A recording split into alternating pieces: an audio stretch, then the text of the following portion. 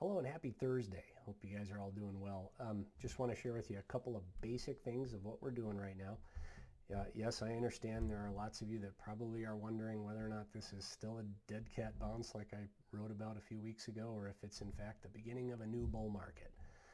I do not believe it's the beginning of a bull market for a host of reasons, most of which have to do with what's happening in the unemployment cycle. We are clearly in a phase of the economic cycle that is deflation or slowing growth, slowing inflation, moving itself into a deflationary cycle.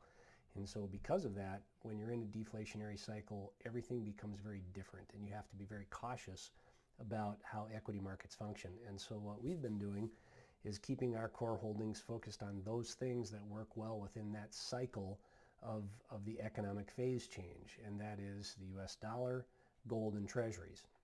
So what we will do is we will keep a core holding of those elements, and as we shift through a range of risk of both interest rates, spot gold prices, spot dollar prices, things of that nature, we'll risk manage those core holdings by selling a little bit when interest rates get high, when interest rates get low, and by buying them back when interest rates get high. And so yesterday, our risk management process identified that we would likely see a spike in interest rates, and we felt if we could see interest rates spike up into that 0.74 or so percent range or 0.7% range on the 10-year treasury, it'd be a good time to buy treasuries, extended duration treasuries, zero coupons for some more aggressive accounts. And if we saw gold spot come down to about 1680, 1690, it'd be a good spot to start buying some gold again. And so, in fact, we did that. In fact, I'm going to share with you real quickly a picture. This is Exchange Traded Fund, TLT, which is long duration bonds. We bought these things essentially yesterday when the market was opening up, and you can see they were on sale. And then today interest rates fell dramatically, and so long duration bonds went up, in this case 1.34%. We also bought extended duration bonds, and this thing was up about 2%. And the zero coupon bonds were up over 2% today.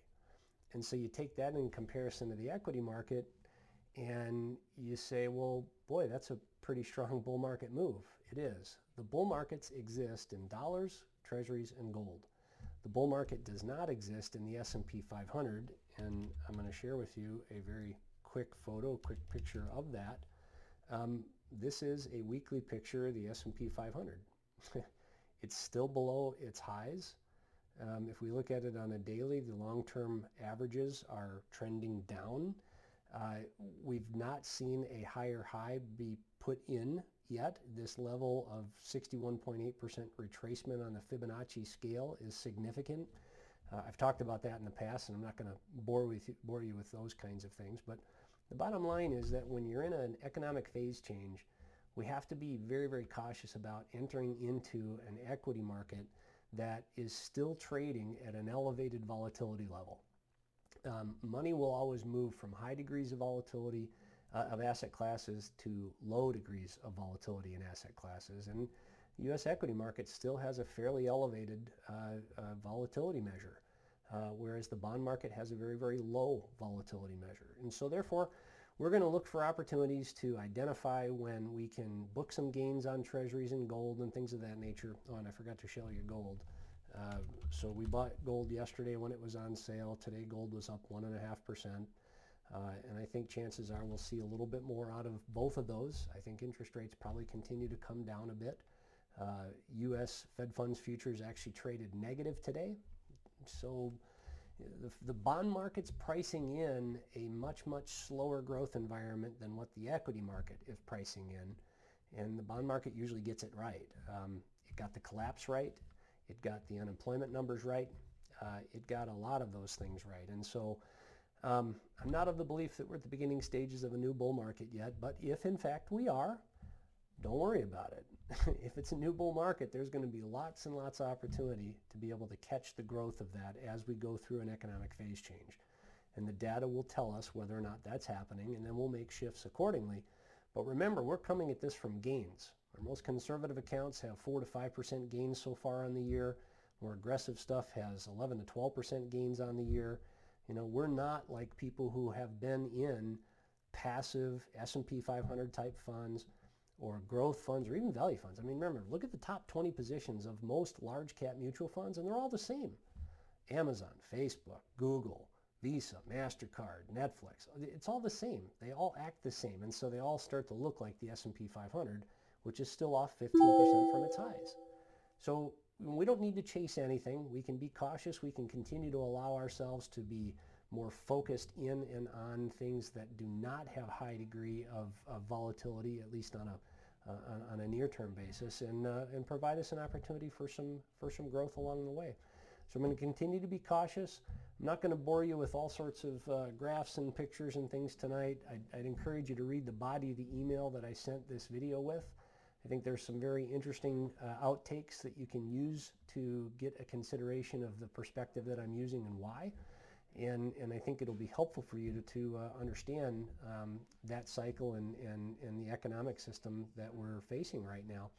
I do want to share with you just two basic pictures, though, that I think would put in context why I'm thinking the way I am. This is a picture of the current non-farm payroll numbers, which, by the way, tomorrow this number is going to drop even farther. But basically, the current non-farm payroll numbers have now taken us to the point of back into the late 90s, like when the internet has begun. This red line's the NASDAQ, right? So what is this doing? Well, the NASDAQ is telling me that it is disconnected from the reality of the economic cycle. And that's okay.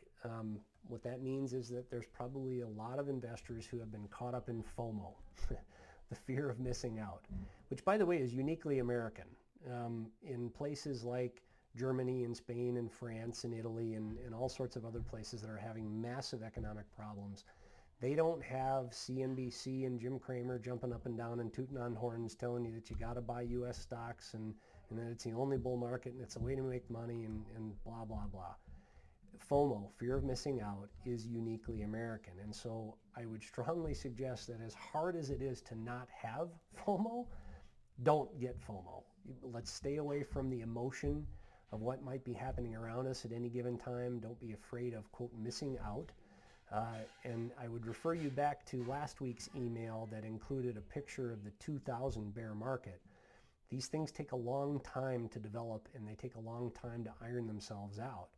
And some people say, well, yeah, but back then the Fed was late. They didn't come to the table with the bazooka that they've come to the table with now, and it's different this time. Well, I think eventually the equity market catches up with economic gravity. And it's just going to take some time to see that. And so remember, in 2000, we had a 40% drop, we had a 40% bounce, and then we had this successive period of lower highs that went on over a roughly 2-year period, and ultimately in the NASDAQ an 80% loss. That's a lot. I don't want to participate in that. I don't want to even come close to participating in it. So we keep our core holdings, US dollars, because there's lots and lots of shortages throughout the globe, especially in emerging markets, of US dollars. We're going to stay focused on keeping core holdings in treasuries and in gold, and we're going to risk manage those holdings as interest rates move up and down, as spot price of gold moves up and down, booking gains as we can along the way, not just sitting and holding throughout this entire cycle. So bear markets are different. Bear markets are a lot of work. Bear markets are more active because we're working towards booking those gains and keeping things focused. And just because 6 weeks have gone by and the market has had a 30 or so % retracement, of the drop, or more rather, I don't see where that's over. Give you one last picture, if I could, of an example of what I think is happening economically, that this is a demand collapse. And when you have a demand collapse, it ultimately manifests itself in an earnings collapse. And when you have an earnings collapse, it ends up becoming a solvency crisis, not a liquidity crisis. A liquidity crisis is something the Fed can solve by throwing money at it. They've thrown a lot of money at it, but this is a solvency crisis. No matter how much money you throw at a company, it's not going to do any good because it needs demand. It needs cash flow. the capital isn't going to solve its problem. So we have, in fact, what is a solvency crisis, not a liquidity crisis. It's becoming a liquidity trap. And so to give you an example of that and why the bond market is front-running this stuff, this is a picture of United Airlines, a bond with a 4 7/8% coupon scheduled to mature in 2025. And the reason I want to show you this is that this had been rolling along, doing its thing, kind of pricing itself roughly above that $100 par level or issue price. Because let's face it, at that time, 4 7/8 coupon on a pretty good company, because it's a United airline, right? It's a United States airline, one of the big ones. Was pretty good. But what I want to show you now is that its price has collapsed to 60 cents on the dollar, yielding 17.7%. Now, I don't know about you, but that's not normal. That's not the kind of thing that the bond market does when they expect a V recovery. We saw that first happen about 3.5 weeks ago in Hertz Automotive. Ordinarily, Hertz could enter the market at about 6% borrowing money. Overnight, they ended up having their bonds price out at 32% coupons. That's dead company walking. And what do we hear this week? Hertz is exploring bankruptcy. So the bankruptcy list continues to expand. Neiman Marcus, J. Crew, Gold's Gym, on and on and on. So Pier 1. Where does it end? I don't know. I really don't. But I do know this. I know I don't want to involve ourselves in an equity market whose volatility measures are still elevated. It becomes a very uninvestable market, but it's tradable, so there might be some trade opportunities from time to time, and we'll take advantage of that as best as possible. But until then, we're just going to kind of play with and work towards playing the core of the holdings.